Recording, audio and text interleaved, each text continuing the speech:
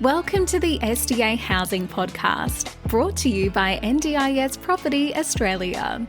Before starting this episode, we need to provide a general disclaimer. Information contained in this podcast is general in nature only. It does not take into account the objectives, financial situation, or needs of any particular person. You need to consider your financial situation and needs before making any decisions based on the information in this podcast. And you should consider seeking independent and professional advice for your personal circumstances. All right, let's begin. Hello everybody, my name is Minh and I'm your host for today from NDIS Property Australia here today on the Gold Coast. Having a 3-day break from the show day in Brisbane. You're listening to the SDA Housing Podcast, a show that explains, highlights, guides and brings awareness about all things SDA in this ever-changing NDIS world. Today's exciting topic is Kirsty Bonner from Adelaide, who works for Australian Support and who is a support coordinator. But I'm not inviting Kirsty on as a support coordinator. I'm inviting her on to talk about her property investing journey in the SDA space. So Kirsty, welcome. Thank you. Nice to be here. Wonderful. You know, when I looked back at our communication, and I think you and I were on a Facebook forum about 7-8 months ago or so, and then you reached out to me again many months later, and I thought, wow, here we go. Here's an old chat trail, and you asked me about design, builds, blocks, sites, projects, and so forth, and which is great. I wanted to talk to you about property as an investor from a SDA perspective. Tell me more about who you are and your journey as a property investor or an SDA property investor, whatever you want to talk about, please. Yeah, sure. So I guess a few years ago, I've sort of always been in business for myself and had different projects or things on the go and run my own businesses, etc. And about 2 years ago, maybe, I decided that now my husband and I were going to move into the developer space. And originally I was just looking at doing small developer projects, you know, maybe 3 houses on a block, you know, looking for your ideal block. I had a mentor here in Adelaide that I was working with, and had, you know, good feasibility sheets to be able to use to make sure your profit margins were big enough to make it worthwhile, accounting for unexpected, you know, unknowns that can come up in the development space, of course. And that's sort of where it first started. And similarly in timing to that, I moved into a support coordination role. So although initially I wasn't looking at the NDIS space in development, I was looking at development period just as a small, you know, I guess one-man band developer, you know, as many people sort of are, but also just drawing on, you know, previous experience in business and life and what have you. As I worked in the support coordination space, as many people in the NDIS space come to realise, as well as being a shortage in property across Australia, period, there is also a shortage in suitable accommodations in the NDIS space. Now, although the original development goal was to effectively be the wholesaler, be the developer where you built not massive projects, like I said, it was maybe split a block into 3 or 4, moving to a goal of being able to do 5 or 6 probably townhouses when money built up that little bit more. I changed over to, and then selling it and kind of making that developer profit and then kind of rinse and repeating, maybe offsetting 1 or 2 happening at a time. It moved quickly over. We had an investment property for a while that was positively geared that we did through the NRAS space, which was the National Rentability Affordability Scheme or whatever it is. So that had been, you know, a tax advantage we'd had for a short period.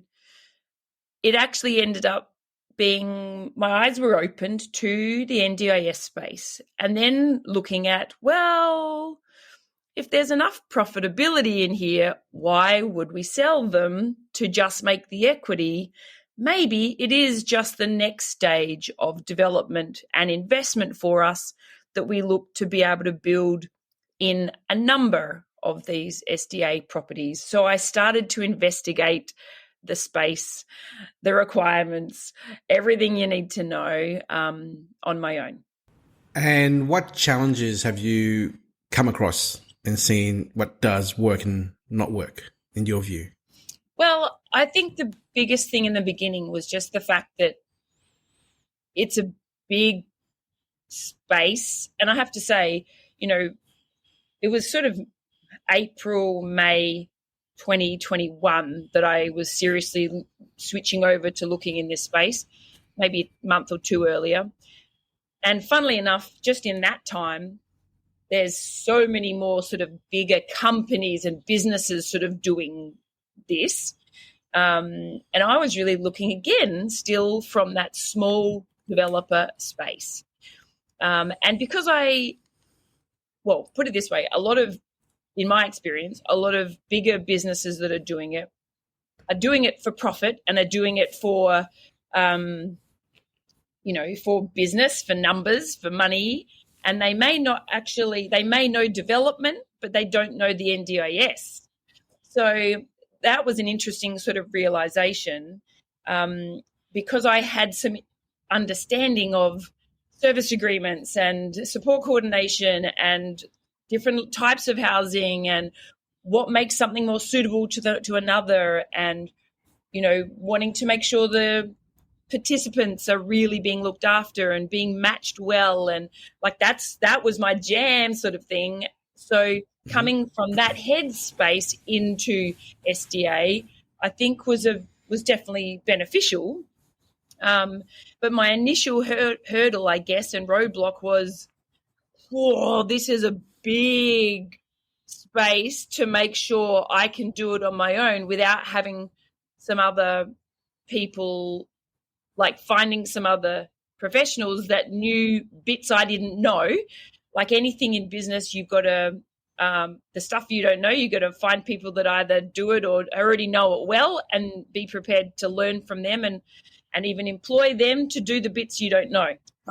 When you say bits and pieces that you don't know, are you referring to construction of the SDA dwellings? Or what? I'm referring to the whole process from the perspective of, I knew you had SDA providers and you had your SIL providers that provided the day-to-day support, and that you had to build a house that was going to be compliant.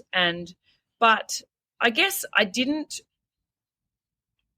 yet understand how could I be confident in buying a block that was definitely going to be the right block, and how could I know exactly what plans I was going to be putting on it without finding somebody that was going to be able to help me make sure that it was going to be compliant and pass and all of those. So, yeah, obviously larger organisations already have all of that mapped out and they've got all of their little JV partnerships or however you look at it.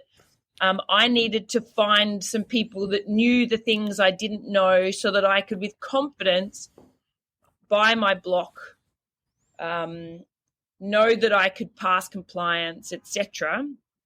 And it was what had me move into thinking, well, I actually wouldn't mind switching gears into becoming the SDA provider and having a few of my own properties.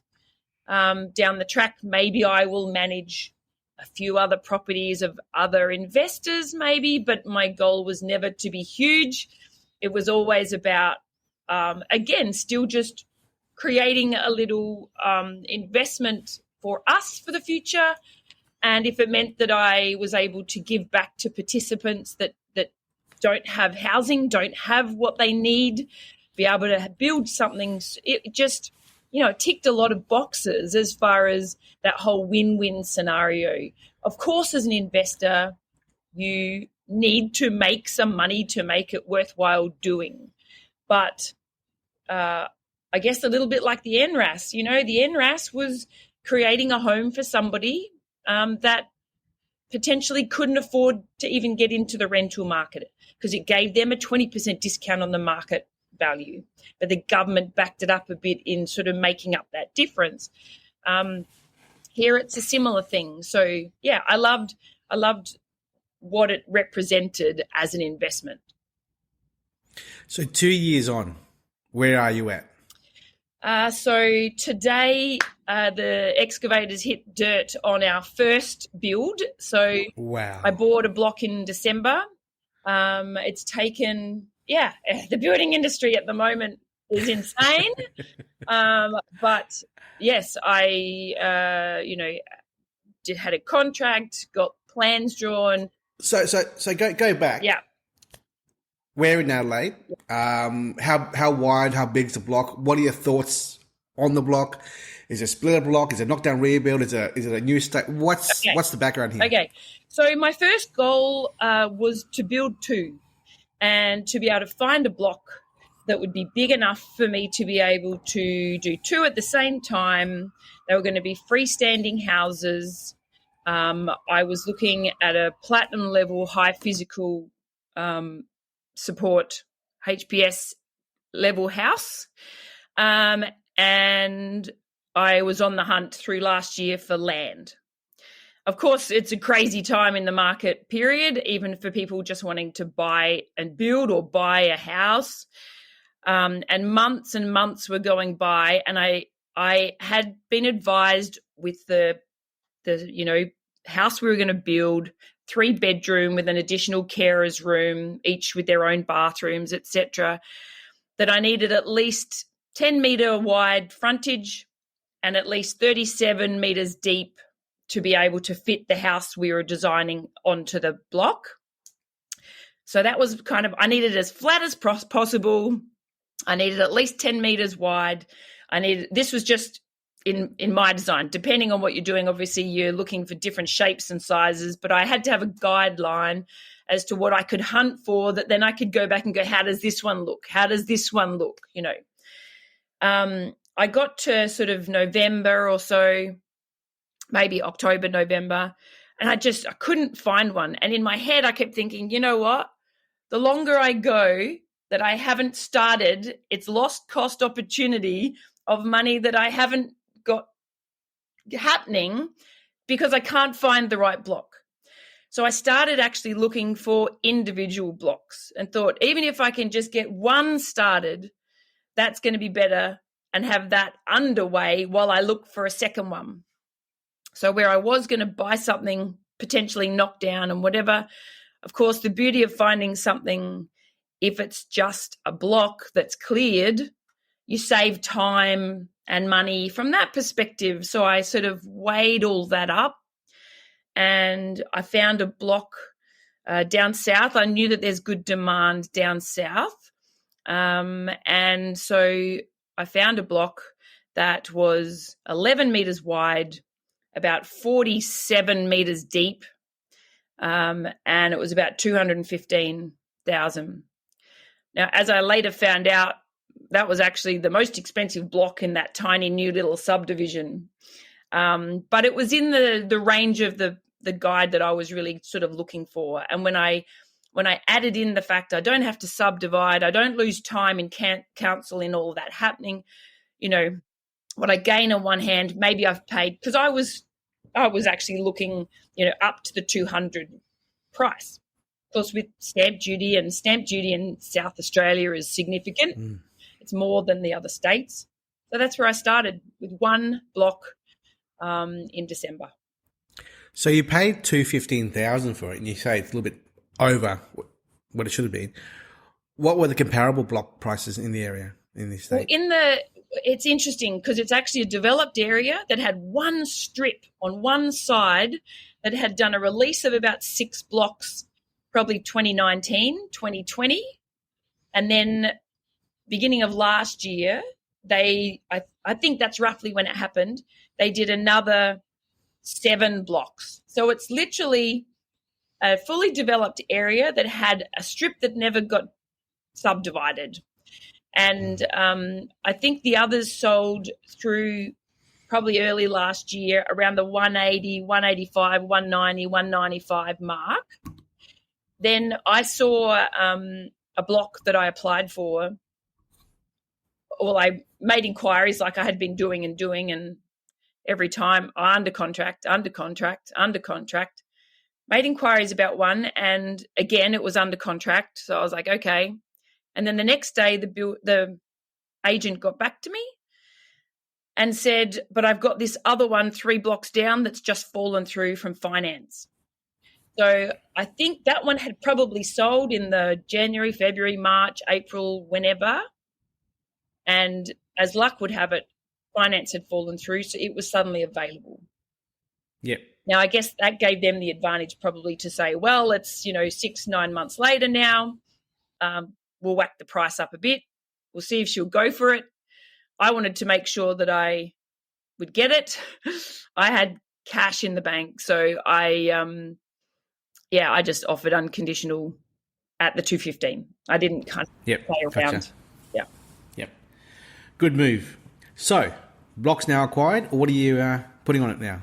Specs, designs, category? So as I said, we're doing a 3-bedroom HPS with 3 en suites plus a carer's room that's got a toilet and storage cupboard or whatever. And it's good because ultimately the block was bigger than I needed, which means we can have a little bit more outdoor space, have a nice bit of a pergola area out the back. One of the things I had initially not realized was the block actually slopes up a little bit. And although it looked flat from the front, when you go through the process, there was about an extra $15,000 for cutting out and dumping the soil, etc. So that was something I negotiated right off the bat. And it's something where maybe like for the builder, it was all just put in part of the contract, signed the contract.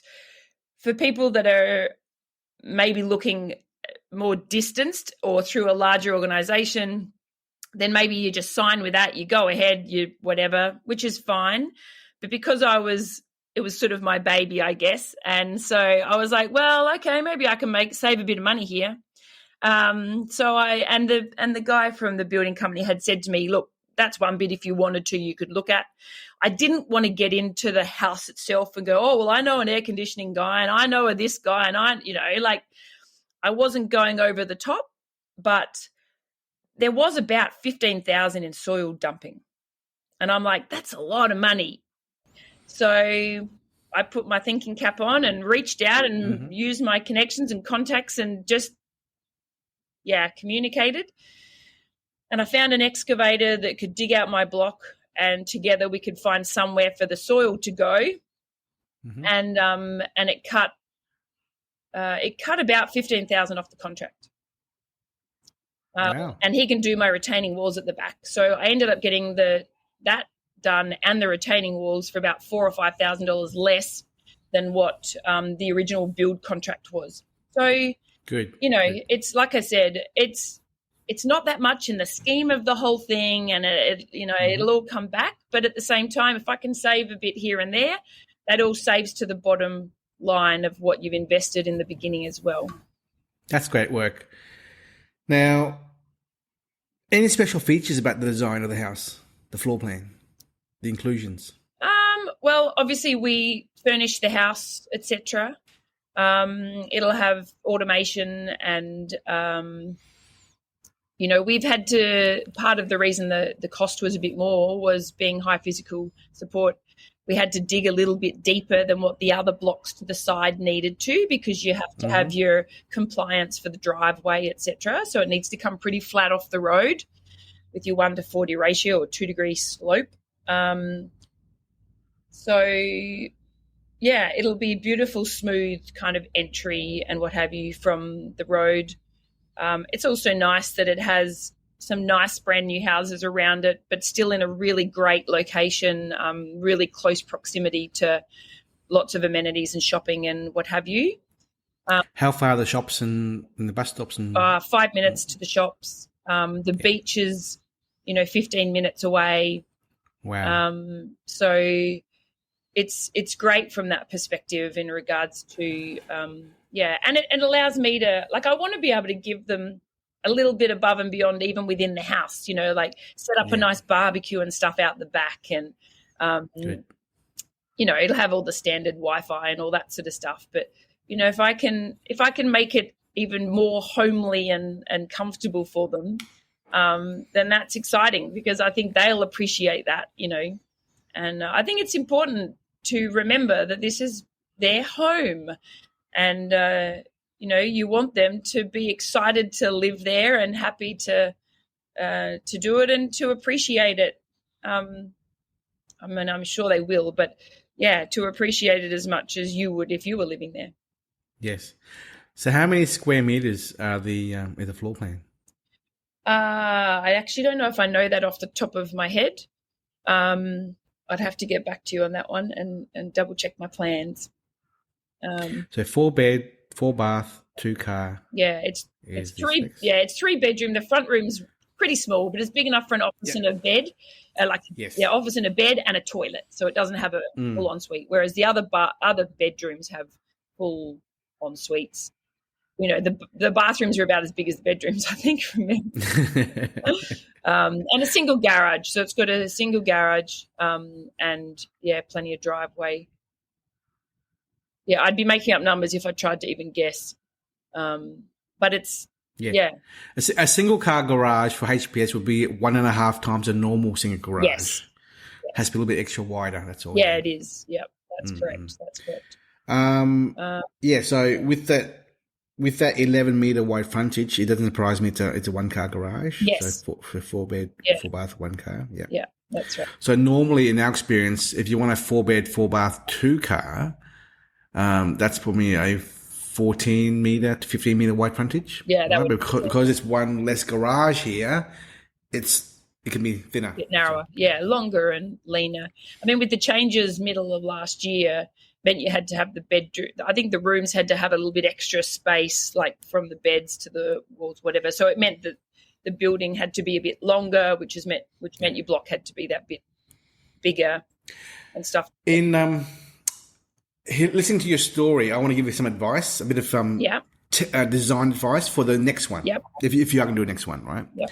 So I reckon the toilet for the carer should have been outside powder room, right? Yeah. Because if you have visitors coming over, where do they go? Is there a communal bathroom or toilet? There isn't. They're all en suites at the moment, right? So yes, although that front room, I guess they can go in there. That's an office extra sort of room. Yeah, okay. So I have seen before where they have a room before the front door. There's a door that you can go into that is the carer's bed and toilet or whatever. Yeah. I recently I was in Sydney last week with a architect designer, and what she does is she actually has the OOA office, a bedroom, and a separate office. Yes. Right? She said with mental health these days, you want to separate the whole, and I know most 99% of SDA dwellings, they have the OOA room, and people think that's just the OOA office, right? But no, that will be the OOA bedroom and a separate office. Yeah. Right. So, and I find that quite unique. It was like, okay, that's good to separate mindset between work and rest, right? Which is good. You say automation. Are you prepaying and installing all that at completion? Are you? The automation comes later. Will come after. Yes. Yes. I want to clarify that because the government will fund the automation costs subject to the requirements of the participants individually. Right. Oh, yeah, that's good to know, because I know that, the fellow I'm working with had done automation automatically in the beginning and then had not been doing that. So at the moment, that's not there. But like you said, if the participants don't actually require it, it can be some savings that you end up not investing. They probably will end up requiring it, and better for the government to pay for that. True, right? As you do a change of circle or and then the ceiling hoist. Yeah, so we've got all provisions in the ceiling and that to be able to do that. So it'll be quick and easy to do. Yep. But they could again have that funded through the plan. And for our listeners to know, when you get a HPS house, you don't actually get ceiling hoist installed at the very start or at completion. You got to wait for the housing provider to lodge the paperwork to the government, the NDIS. Yeah. to get approval for funding to then get the funding to go out and buy the equipment to install. Yeah. And that may be automation for blinds and everything, automation in the house, and also the hoist and everything. Anything that needs to be done for the participants can be done with government funding after completion. Yeah, much the same as a participant at their own home. If they moved into a place or got to a point with their disability they needed that, then we put in a change of circumstance as a support coordinator. We request we get evidence based on, allied health professionals' advice stating that they need that, and then we apply for it, get it approved, and then we have it installed. And Good. My next question is, have you engaged a housing provider? I have contact with a number of SIL providers here, and I have gone through my audit process to be the SDA provider. Good. So I have been approved, and that's been put forward to the NDIS with provisional approval, which obviously can't be finalised until I actually have a house and participants that are in there. So, yeah. So when did you lodge your paperwork for the housing provider license? I'm trying to think.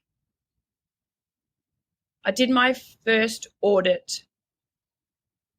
It wasn't that long from lodging the paperwork to maybe March, April.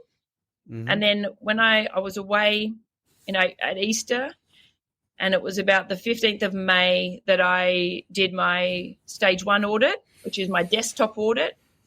But I had engaged a consultancy firm in February, March, to make sure I had all of my, processes and procedures and forms and documentation and what have you correct in time. So May 15 was your final audit? Was my first audit, and then my second audit was or maybe that was the second one. I'm trying to remember now.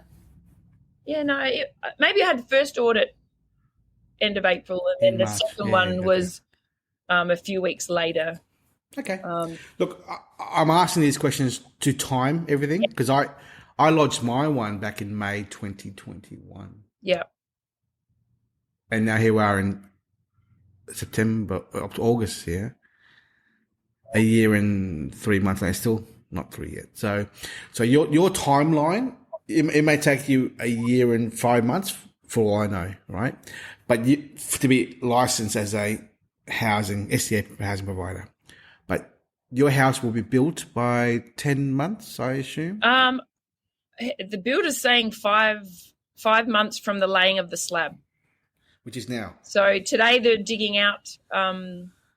So I've got a spreadsheet made out for these different places the dirt's going for my digger. And so I'm hoping that we'll have a slab, in the next 4 weeks. I don't know exactly a date for that yet because obviously they need me to do this section before they'll then dig out the foundation and lay the slab. So we're August. So January, February. Okay, so now the question is this: government risk. So you're saying 5 months to completion from slab, which is we're talking maybe December, right? But the license for the SDA housing license for yourself would be probably September next year. So you're not going to be a housing provider in the interim there. How are you going to overcome the whole need a housing provider to lodge the house into the portal to be fully compliant, and then finding participants and then managing it if you're not how's it going to work? I'm currently working with a SIL provider, and I have 2 participants waiting for this house. Good. This has already been delayed. We were hoping to have the house ready by August, September, so it's already been delayed. Yes. So if I get to a point of the house being completed and I have my participants who have been waiting to go in, I'll raise, I'll go to the NDIS and raise the point of the fact that these guys have been waiting. They are ready to move in. They need the house. They have SDA approval, etc. Have you confirmed what the SDA funding approval is for these individuals? Yes, I don't have their individual because the SIL provider has that part. I haven't finalised that part yet. So they are HPS funded 1 to 3? Yeah. Or 3 to 1? Yeah. 1 to 3, Yeah. yes, Yeah. yes. That's right. Mm. So, and that's what the auditor had said to me. Basically we'll do all this part and put that in. And then we'll just keep escalating it if we need to get to a point of having a house. Because once you've got a house and people that are in there and have funding, there's no reason for them to not sort of go, okay, yeah, we need to look at doing what needs to be done for these guys to be able to get in there. Are these 2 HPS participants okay with a third person sharing? Yes, they are. But Wonderful. We'll just have to match that third person to those 2. Yeah. And did you source the block after you found the participants, or other way around? No, other way around. I had the block first. Okay. Yeah, but then I had the participants a couple of months into having the block, which just had us putting more pressure onto the builder to try and get council and all that sort of stuff sort of through quicker. And then about 3 weeks ago, I bought another house that's on about 1,000, just under 1,000 square meters, which has a significant tree on there. So I've had an arborist report done on that. We don't settle on that till the 16th of September. But I'm putting in for land division approval with that report, hopefully tomorrow, so that we can try and get pre-approval on the subdivision before we actually settle on the block. Wow. So subdivision of 1,000 square meter block will be 500 square meters. So you'll be doing what kind of builds on these 2 blocks? We'll probably do HPS again, even if they don't, fill all with HPS participants. It'll just be about compatibility of the participants. But it is able to take that, obviously. I was just going to do 1, which is what ended up having our conversation in the beginning. I was just going to do 1 and sell the other block, because it was sort of my second house. That was the goal sort of thing. But in conjunction with the builder, it does look like we are able to fit 2 on the 2 different blocks. So we may well go ahead with the 2. And that'll, again, be further delayed. It might take us till January, February before I don't know, titles, we don't settle till mid-September. It takes 3 or 4, 5 months to get the titles.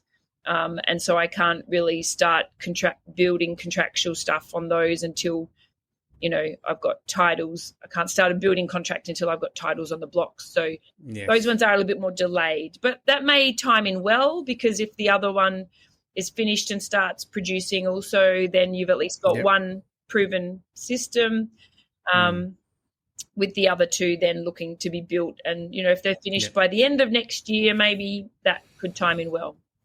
Exactly. I think once people see that the lender, so your lender sees the income coming in, it's fully tenanted, and it's working well, then lenders will be more open to giving more money to allow to happen. Allow more, portfolio. So what's your goal? What's your long-term goal? Is it just buy, build, and hold? Do you see yourself flicking on and selling a little profit after they're tenanted? What's your goal here? It's interesting, because in the beginning, my husband was, we could build 3 or 4 and sell 1 or 2 and this and that. And then I just kept coming back to but it's like a bit of a goose, right, that's laying kind of a golden egg. It seems it's building up in equity anyway. I think given the aged care crisis we have in Australia and the need for more, we need more elderly people to be able to stay home, stay in a home. So there's never going to be a lack of demand, although it's a niche demand and it's a niche market. But, the house could easily be purchased in 15 or 20 years by an elderly couple that want to stay at home, that have the ability to have supports come to their house. So, and because like the investment we had before was just a townhouse, so you're very limited in your land, you're attached to other its potential growth longer term was no good. These ones, they're on freehold land. Land is always where the money is. And this enables us to do something valuable with the land. But, the house itself will always be valuable and the equity will be there, which is good. My goal is not, like I said before, not to be anything too huge or ridiculous. I think we've just reset up a self-managed super fund.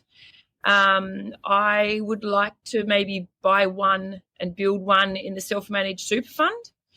And if we can have, at this stage, 3 outside and 1 in the super fund, that can help building the super fund. It can help for us. And maybe I can, help my sister to get one and be her SDA provider.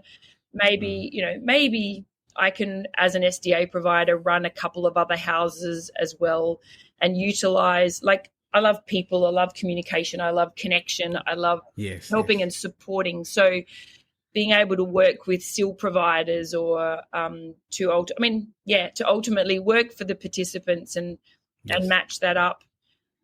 But I'm not trying to buy myself a 40-hour-a-week job. Yes, so I know. I don't want 20 staff and this massive big empire of an SDA business, that's not the goal. The goal is help some people set up our future in a meaningful way. I think it's great what you're doing there in your community there down in Adelaide. Just look after yourself first. Look after the participants in the houses that you're going to own. Help a handful of other people, investors who may need some help with some advice, consultancy-wise. Yeah. And just keep to your lane and do what makes you happy. Yeah. Kirsty, that's all I can say. Yeah. Yeah, absolutely. I think if you could turn back the clock, right? How would you change your 2-year journey? What would you change? I already think I know the answer, but what would you change if you could go back and start again?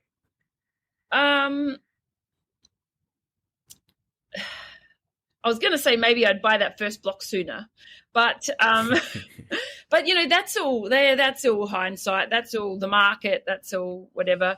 One thing I would change is there was a house that I made I applied for that was in the same sort of location that my block is, same suburb. The offer that I put in an offer of 312 and I could have built 2 on it. And I think it sold for about 350, which was kind of overpriced and ridiculous at the time.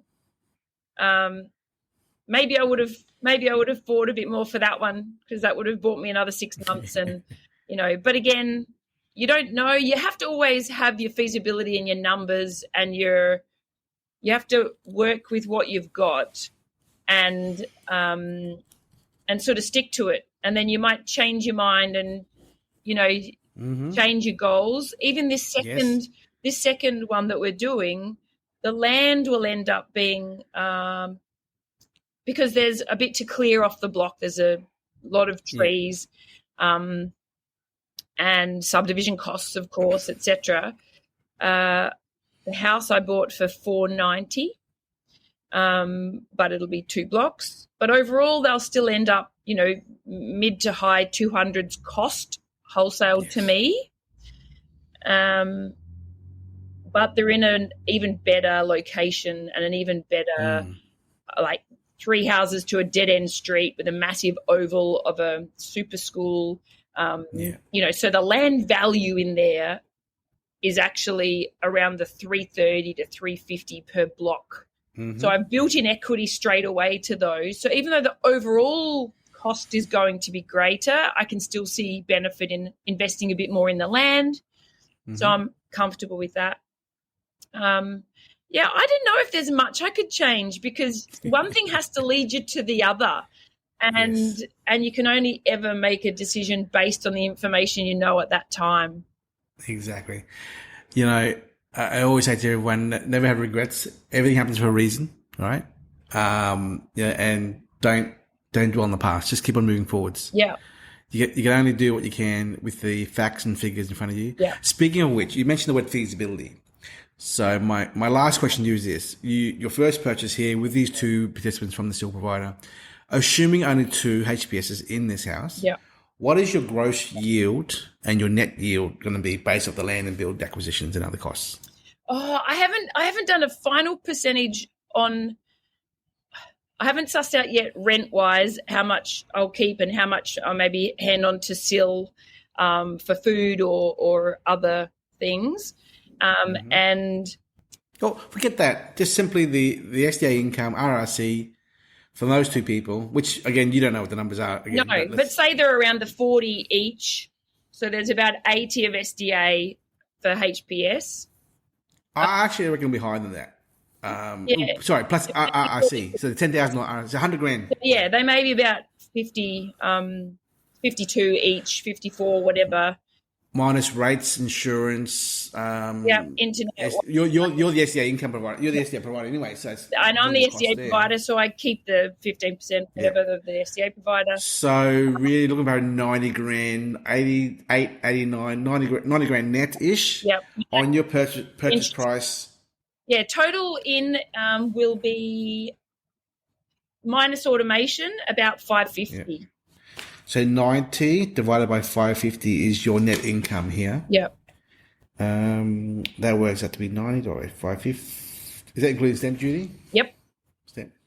That's a 16% net income after costs based off 2 participants only. Yep. Yep. That's good. It's good. Yep. Very good. Yeah.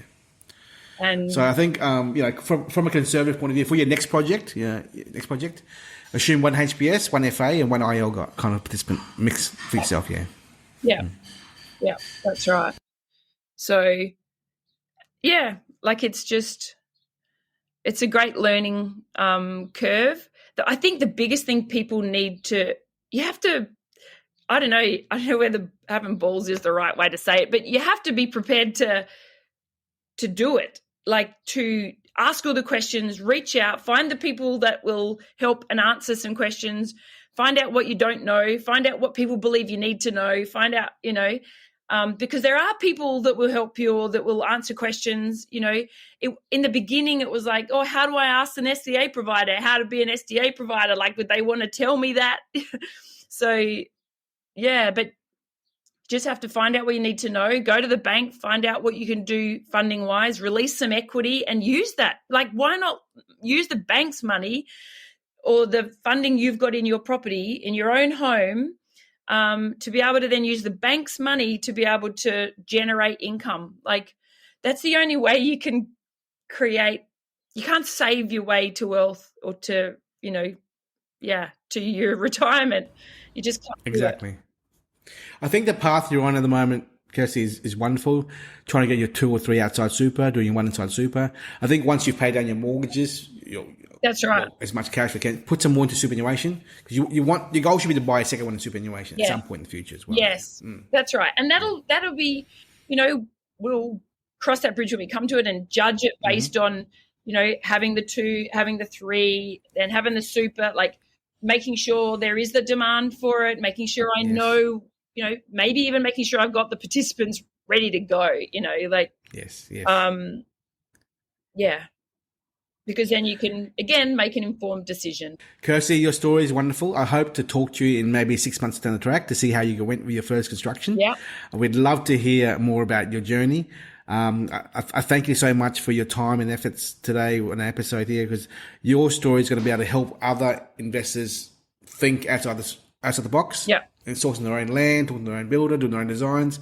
Because the whole goal of our podcast show here is just to bring awareness to the community. Just to say to people, hey, there's an SDA market here in the property sector.